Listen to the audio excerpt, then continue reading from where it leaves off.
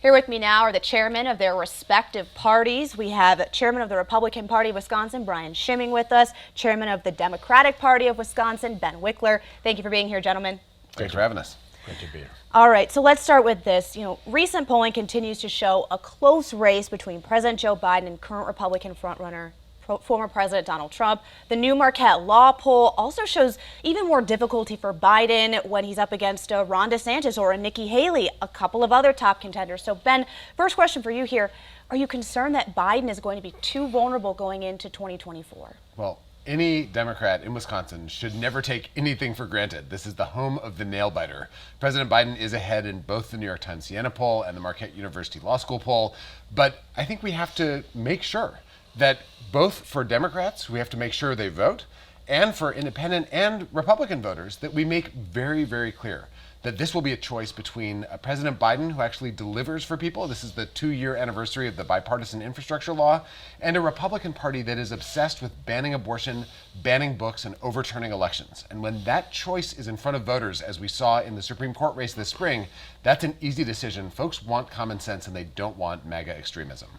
Let's go a little further with that, Ben. With a couple Democratic candidates entering the race, we have Congressman Dean Phillips being one. What is the message to Democratic-leaning voters who have doubts about Biden that he is the best candidate the party can offer? President Biden has been one of the most effective presidents of my lifetime. He's been able to deliver not just the infrastructure law that is building projects across the state of Wisconsin, more than $5 billion in projects already announced in the Badger State. Also the CHIPS and Science Act. Also the American Rescue Plan when he first came in. Bill after bill after bill. And if we can have a Democratic Senate and a Democratic House and President Biden in a second term, we can pass the Women's Health Protection Act and reinstate the protections of Roe versus Wade so that everyone can access the health care that they need, the reproductive health care, and avoid the kind of scenario that President Trump has talked about, punishments for women who receive abortion care. There's now speculation that a Republican president could simply do an executive order to ban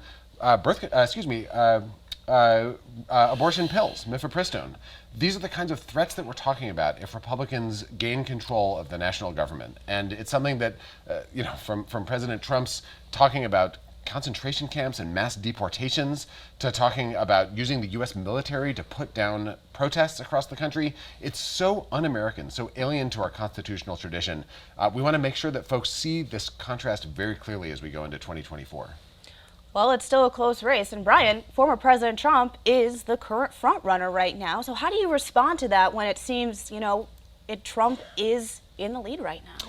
Well, I would agree with one thing with Ben, and that has been Joe Biden's been effective, all right. He's been effective at running the country into the ground, which is why we've had over 17% inflation under Joe Biden. We have approaching 8% interest rates. We have an $8,000 swing in people's personal take-home income, real wages, under Joe Biden. We've got a porous border. We're just this past month over 300,000 attempts to get over the border. We've had 150,000 people on the FBI's terror list caught at the border. Look, over 70% of Democrats, well over 2/3 of Democrats, right, have said they don't want Joe Biden to run again. Also, that same number don't want Kamala Harris to replace him. There's a reason for that, and one of the interesting things about the polls, it's not just an outlier here or there. Now, any number of polls, the ones that you mentioned, there'll be new polls out this week, talk about how the country has had it with Joe Biden. That's why in the polls across I think it was 7 swing states, almost all of them show Joe Biden show Donald Trump leading Joe Biden, and certainly other polls show other candidates doing better than Joe Biden. So that is a real problem. Wisconsin is a close state, right? We've had 12 races in the last 24 years, statewide races that have been decided by less than 30,000 votes.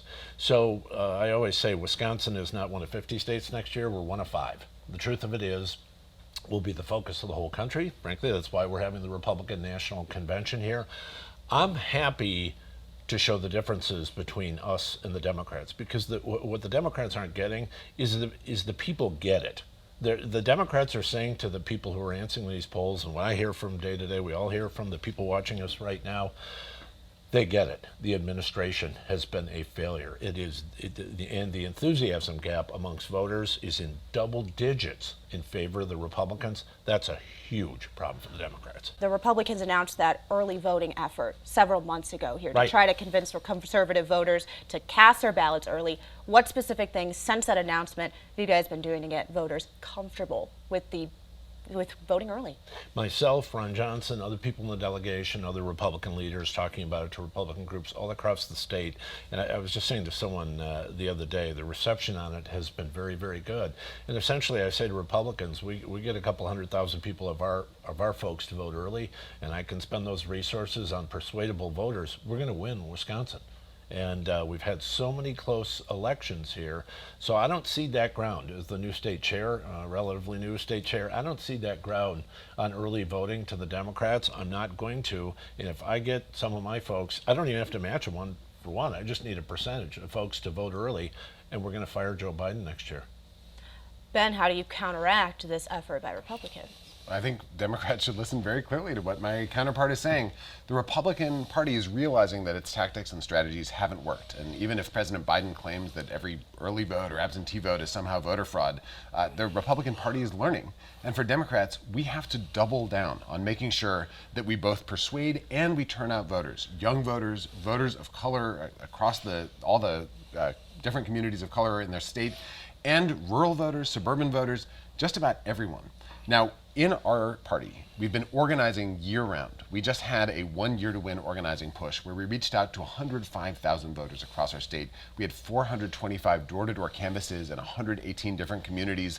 That's the kind of early investment in organizing that made the difference in the governor's race last year, in the Supreme Court race, and in the 2020 election.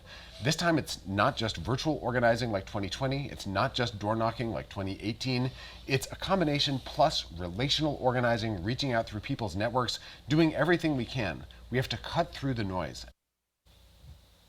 And when we come back, more from my interview with Schimming and Wikler, what we can expect from next year's crucial U.S. Senate race in Wisconsin. Capital City Sunday. And we continue to see Democrats' messaging being, a run on abortion rights. And I want to ask you here now, voters in all 7 states that held a statewide vote on abortion rights have backed access, including in Kentucky, Kansas, Ohio just voted to protect abortion rights. Are Republicans out of touch with voters on this issue?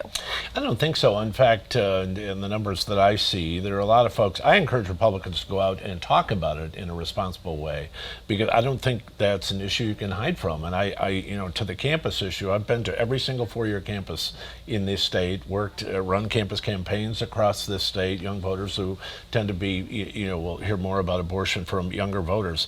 I'm glad that we're getting out there on this message. You look at abortion in other states, Florida, some others where the Republicans, where Ron DeSantis signed a very pro-life bill in statewide in Florida. So I think it's been more of the way they've handled it. And the Democrats have to be obsessed with that issue because they're failing on everything else. They're failing on the economy. They're failing on the border. They're failing on wars that, frankly, I would argue we would not be in had Donald Trump been president right now.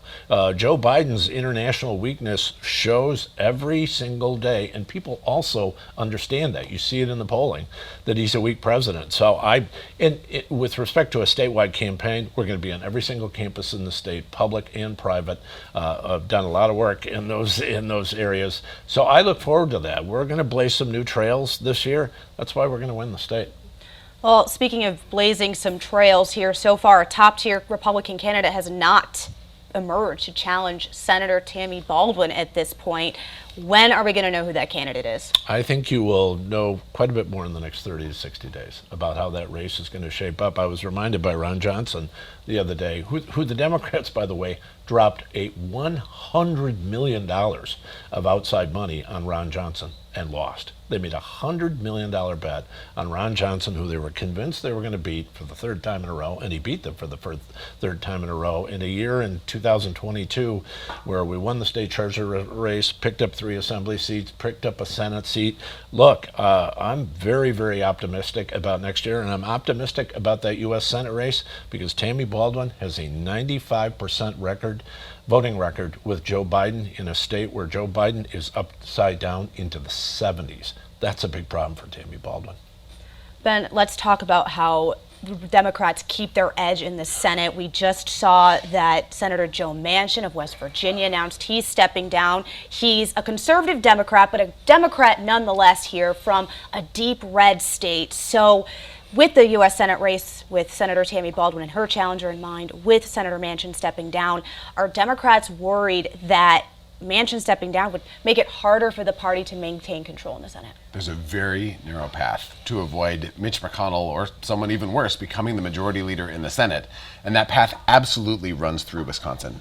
Senator Baldwin won last time by double digits. And I think it might be easy for Democrats to say she's so popular. People love her. They know what a champion she is for Buy America policies, for bringing down the cost of insulin, for originally authoring the provision that allows young people to stay on their parents' health insurance. That was a Tammy Baldwin provision in the Affordable Care Act.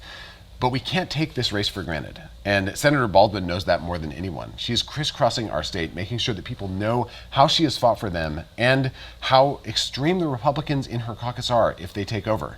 We have to win in Montana, we have to win in Ohio, and we have to win in Wisconsin to ensure a Democratic majority in 2024. And if we do, then Senator Baldwin, who is the lead sponsor of the Women's Health Protection Act, which we wouldn't need if Republicans hadn't put Supreme Court justices in place to overturn Roe versus Wade. So this is not something that Democrats are the ones who are putting onto the national agenda.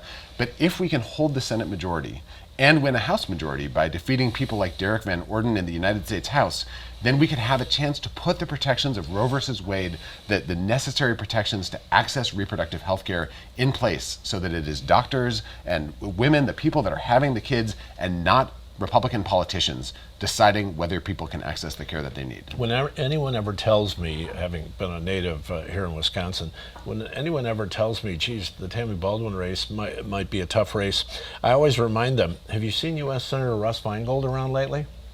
Because he was by far the strongest polling candidate going into that race. His numbers were stronger then than Tammy Baldwin's are now. And he lost then, lost again 6 years later, and then last year the Democrats took a $100 million bet against Ron Johnson and lost that race. So we feel good about the Senate race coming.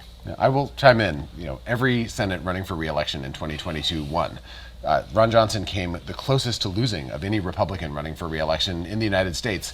The point that I draw from that is that most races in Wisconsin come down to tiny margins, a 1 percentage point margin in 2022. We think the same thing could very well be true in 2024. And anyone who wants to make sure that Senator Baldwin is still representing our state should donate, should get involved in volunteering. Do not sleep on this Senate race. Gentlemen, it is a long road to 2024, although we sit here and it feels like it's going to be tomorrow. A lot could change in a year. So I appreciate you both being here, and hopefully we can check in with you before the election next year. Thanks so much. All right, thank you.